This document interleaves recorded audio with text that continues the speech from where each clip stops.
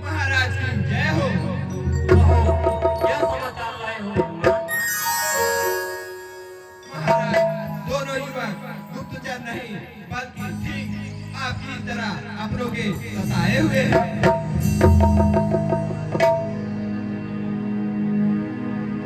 प्रभु आप हैं, प्रभु आप हैं किस्किंधा पर्वत के वानर नरेश श्री सुग्रीव जी।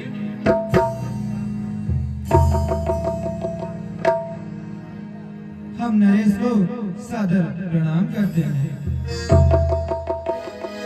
नहीं प्रभु, आपका कुछ दास हो, सेवा का अवसर चाहता हूँ भगवान। भेजिए भगवान।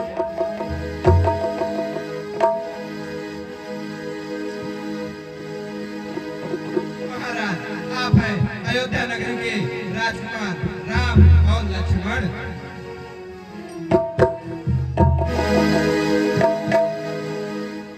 मेरे बड़े सौभाग्य है जो आपके दर्शन हुए। भेजिए भगवान।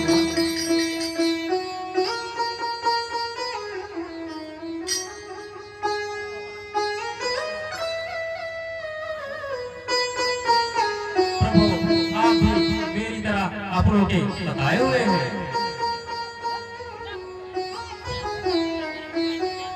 किंतु मैं समझ नहीं सका कि इस निर्जन वन में आने का क्या कारण है।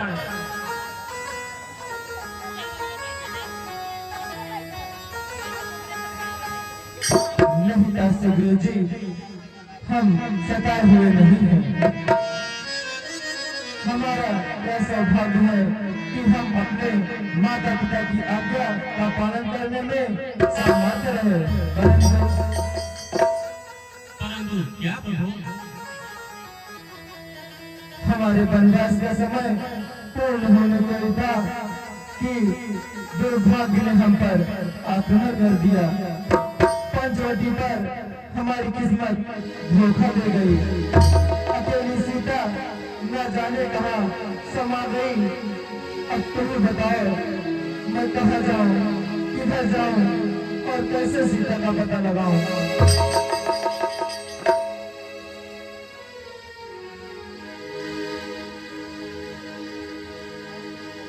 प्रभु आपके साथ तो बहुत बड़ा धोखा हुआ है, परंतु मैं नहीं समझ सका कि आपके इस निर्जन वन में आने का क्या कारण है।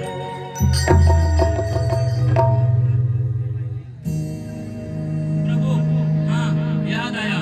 एक दिन आकाश मार्ग से रथ स्वामी सुंदर एक होकर जाता था, जिस पर सुकुमारी राजकुमारी लोक होकर रोदन मचाती थी, और उसने कुछ आभूषण जमीन पर गिराए थे जो मैंने अभी तक संभाल के रखे हुए हैं। हनुमान उन आभूषणों को ले आओ। जो आज्ञा महाराज।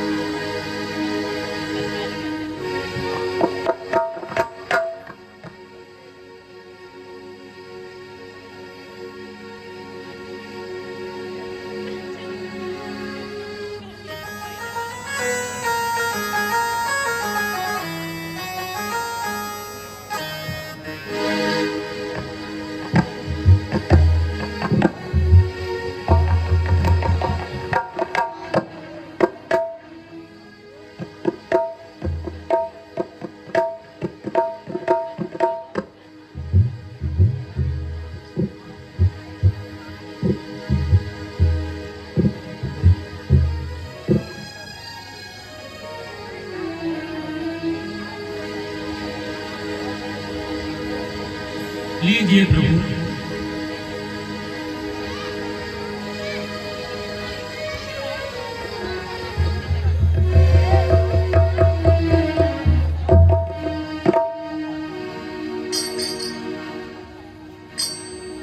हर निशानी आज यहाँ मुझ दुखिया के सामने, हार कर पर्दा निकल जा हाय सीतापति के सामने। हाँ सीते वही कुंडल है जो कभी कान में रहता था।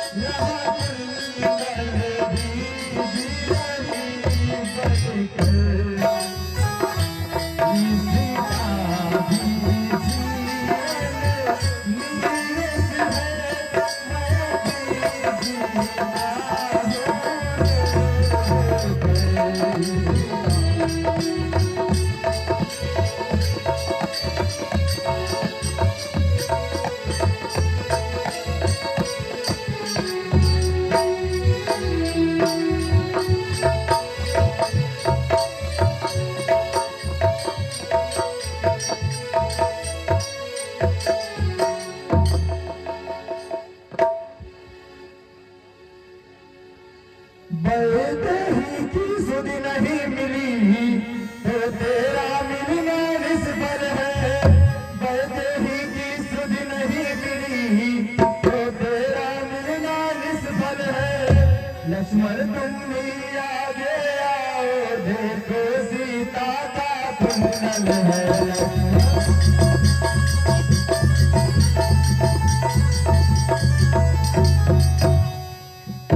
भैया शायद आप नहीं जानते, मैंने तो चरण निहारे हैं देखे माता के कान नहीं। मैंने तो चरण निहारे हैं देखे माता के कान नहीं। मैं तो खुशियों का सेवक हूँ कुंडल की कुछ पहचान नहीं।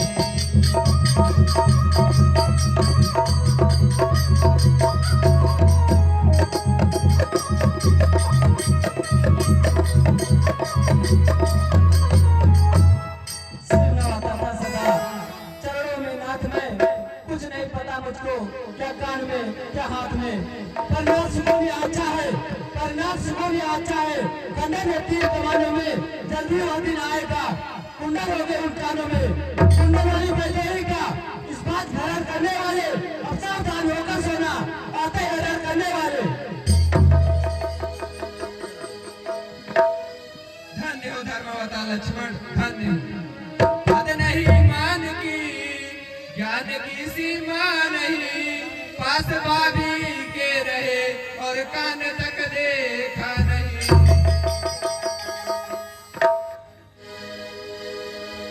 आप आदर्श भाई हैं लक्ष्मण जी, इसने भाभी का कान तक देखना उचित न समझा। और एक मेरा भाई बाली है, ठीक आपकी तरह मेरी भी दुखरी था। तब निसंकोच कर डालिए सुग्रीव जी।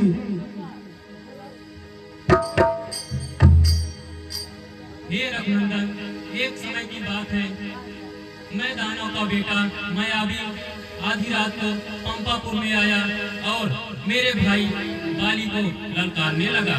तब फिर मेरे भाई बाली से रहा नहीं गया और वह दानव के सम्मुख आ गया और फिर वह दानव अपनी जान बचाकर भागा और एक गुफा में घुस गया और फिर मेरा भाई बाली भी उस गुफा में घुस गया और जाते जाते मुझे चेतावनी दे गया कि यदि 1 माह बाद मैं वापस ना लौटूं तो मुझे घर जाकर मरा समझ लेना। तो फिर प्रभु, 1 माह बाद उस गुफा से खून की धार निकलने लगी और मैं उस गुफा की मुख पर पत्थर की शिला रखकर अपनी जान बचाकर भागा और पूर्ववासियों को सारा हाल बताया और फिर पूर्ववासियों ने मुझे जबरदस्ती राजा बना दिया। तब फिर और क्या हुआ? प्रभु, 1 माह बाद मेरा भाई बाली वापस आ गया और मुझे राजा बना दे क्रोधित हो गया। उसने मेरा सारा राजपाट ही नहीं अपितु सारा नारी समाज भी छीन लिया। तब मैं जान बचाकर अपनी सुरक्षा के लिए इस पर्वत पर आ गया क्योंकि मातम उनके श्राप के कारण बाली यहाँ आने से डरता है। बहुत हो चुका सुग्रीव जी, बस अधिक नहीं सुन सकता मैं, अब मुझको दंड तोलती है। बस अधिक नहीं सुन सकता मैं, अब मुझको दंड तोलती है। मालूम मुझे क्या होता है, उसके सिर मृत्यु बोलती है माँ।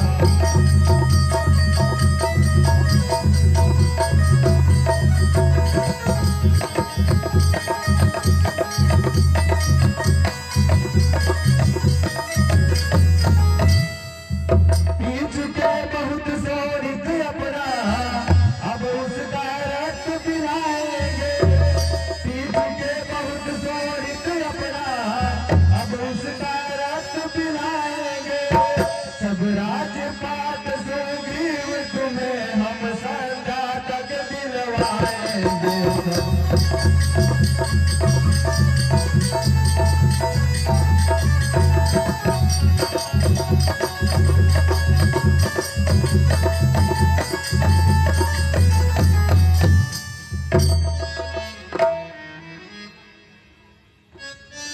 प्रभु, हम दोनों की कहानी एक ही है, क्यों ना हम आपस में मैत्री कर लें।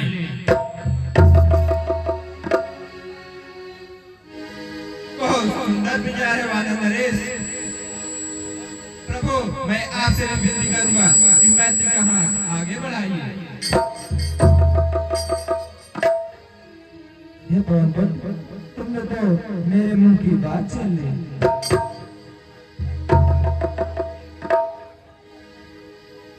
चलिए प्रभु, शुभ काम में देरी क्यों? हाँ अवश्य।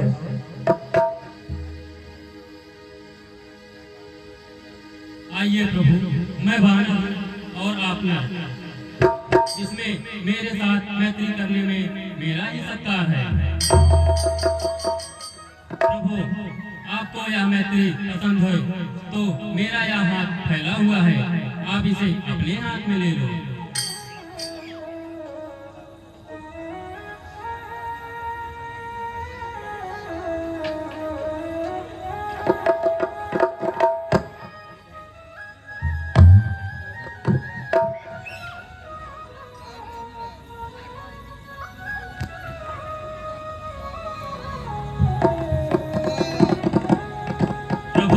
मैत्री को अग्नि को साक्षी मानकर हम आपसे मैत्री करना चाहते हैं।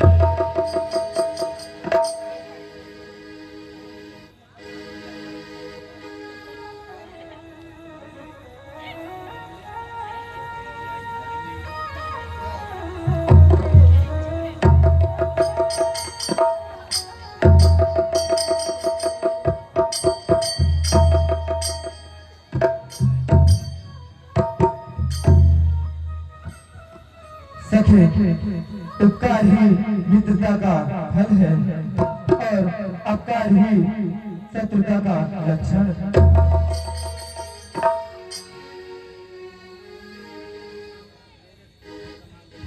मित्र, ये मेरे सूर्य के समान तीखे तेजस्वी बाण आज ही उस दुराचारी का वध करेंगे।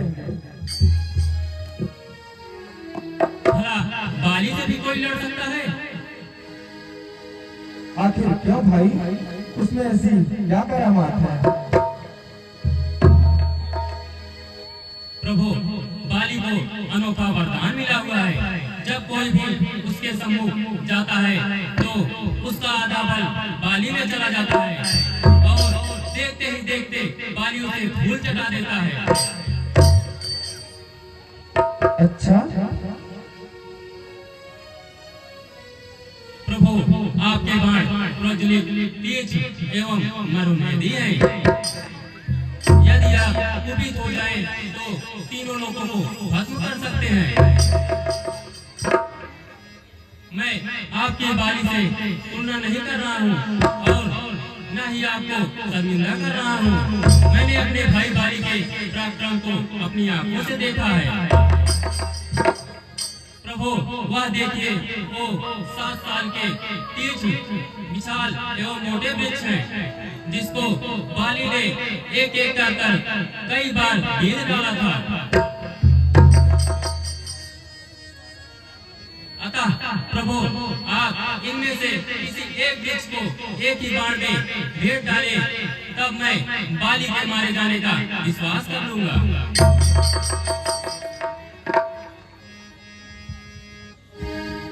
भैया राम के लिए यह कौन सी बात है? तो क्या इच्छा पूरी हो सकेगी? क्यों नहीं?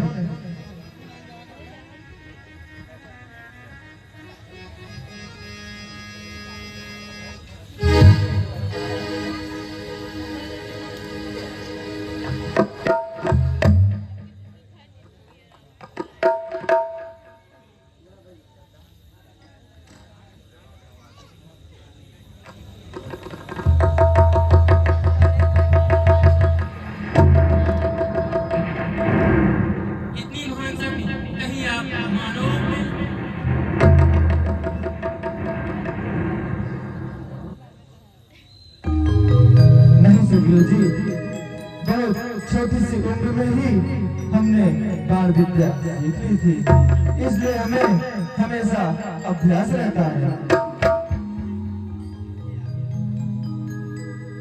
प्रभु, मुझे आपकी मित्रता पर गर्व है।